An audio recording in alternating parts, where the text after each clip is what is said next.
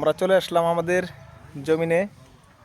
আমরা কাজ করতেছি এবং আমি বসে আছি লটকন কলমের চারা, যে লটকনের নতুন চারা কলম করছি এটার ভিতরে।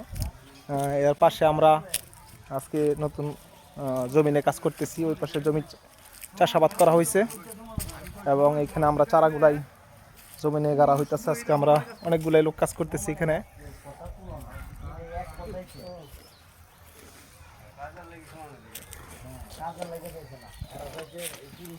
এবং এই পাশে আমরা জমিনের চারাগুলাই মাটিতে দেওয়া হয়ে গেছে অলরেডি। এটা হচ্ছে মালয়েশিয়ান যে রামবুটানের চারা।